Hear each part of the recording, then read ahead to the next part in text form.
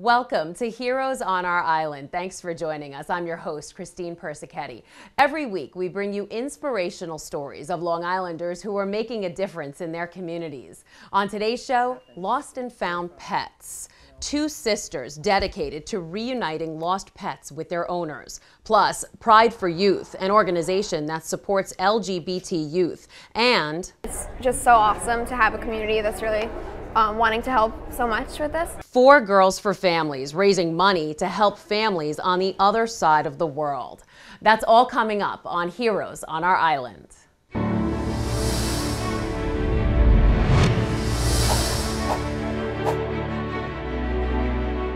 We're coming to you today from North Babylon, where 2 sisters' love for animals has turned into a mission to find lost pets and reunite them with their owners. Hi, Nikki. Hello, my girl. Hello. Hello. She's such a boss.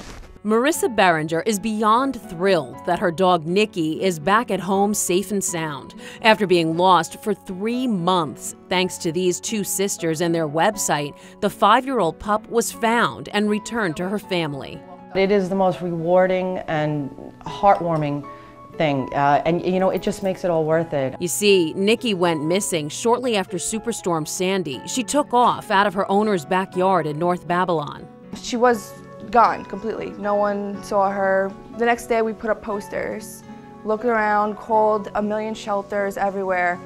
No one saw her. So there's trees down, there's wires everywhere, you know, it was ridiculous. That's why we were really worried, because we had no idea where she could have went. Marissa's family was distraught and trying not to give up hope. We never stopped putting up flyers, never stopped looking at shelters, ever. And then this lady, Christina, calls us, and she's like, listen, we have a way to get your dog, you know? And we're all stunned, like, what? Like, you have our dog, you found her, you know? Like, we were just so excited. Animals really need us. They need people to speak for them and to help them, and that's what we're here for. Christine Mott and her sister Elaine Chadwick live for these moments. There's nothing like when we do get the phone call or the email that the dog or the cat has been reunited. The women created Lost and Found Pets of Long Island in 2010 by developing this Facebook page and then a website inspired by how missing children are found. When the Amber Alert came out, it really just struck a chord where we thought it would be a great idea if we could just shoot out information immediately to, you know, people in the town or in the area where the dog might have been missing, or cat, or whatever animal. So Elaine, the technical half of the duo, created the page and their business took off. They just basically put up the Facebook page just to see how it would start, and by the next morning we had our first cat, Junior, and it started. And it was, it's been a constant roll since. You know, it's really blown up, which is good. It gives people a place to go if you lose a pet or if you find a pet. What date and street the dog was found? A simple concept that works. They're using social media to make those lost pet flyers go viral, giving heartbroken pet owners Desperately looking for our pup. more exposure. Time is of the essence. You definitely want to get the word out there immediately. The more exposure, the better. Somebody out there probably knows something about where your missing pet is, and you want to reach them. So social media has definitely helped us get to that point where other people can, you know, help us reunite that pet. Great idea. Why didn't we think of it?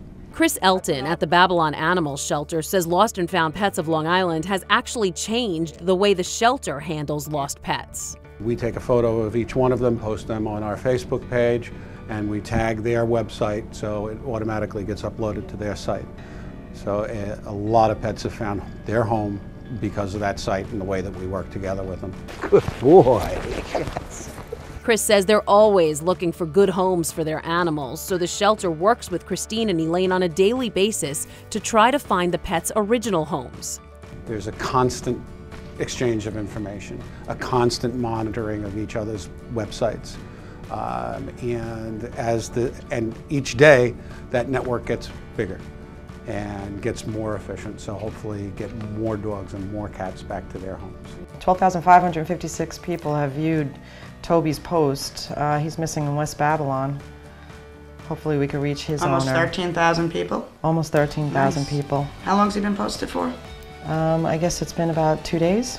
The ladies have posted more than 2,400 lost animals since they started doing this. The more people that know about this website and Facebook page, the more pets that will be reunited with their owners, like Marissa and Nikki. This is video of Nikki seeing her family for the first time after months of living on the streets. She was like the happiest. She was hopping up. She was so cute. Marissa says she could never repay Christine and Elaine. I think it's absolutely incredible that they did this, especially if they can find other animals from homes like ours that have just been missing. But these Long Island natives don't want any payment. It's priceless, and really, we just love the pets. If I know, we know the pets are happy and warm and safe and toasty. That's really the whole reason we started. They do ask owners to get microchips for their pets so they can be identified right away. We're going to tell them to take the dog immediately to be scanned for a microchip. It's their only voice. They can have a tag, they could chew it off. The tag could fall off, anything. Somebody could take it off, you know what I mean? But the chip is their really only half a chance to make it home. And even though they have other jobs and families, they spend hours on the site. I do this about 40 hours a week, and it is it is a full-time job in itself, and there is no pay other than the fact that we helped bring that pet home, and there's just not a better feeling for me. I love what I do. And Marissa loves them for it. I would have never found her, and I'm so grateful that I did, and I'm so grateful they started that website. I really am. Since 2010, Christine and Elaine say they have helped reunite at least 100 pets and their owners, and those are only the ones they know about. Up next, young people struggling with their sexuality have a place to turn to for support. We try our best to create a really inclusive space for any young person who feels like they might not be just straight. You're watching Heroes on Our Island.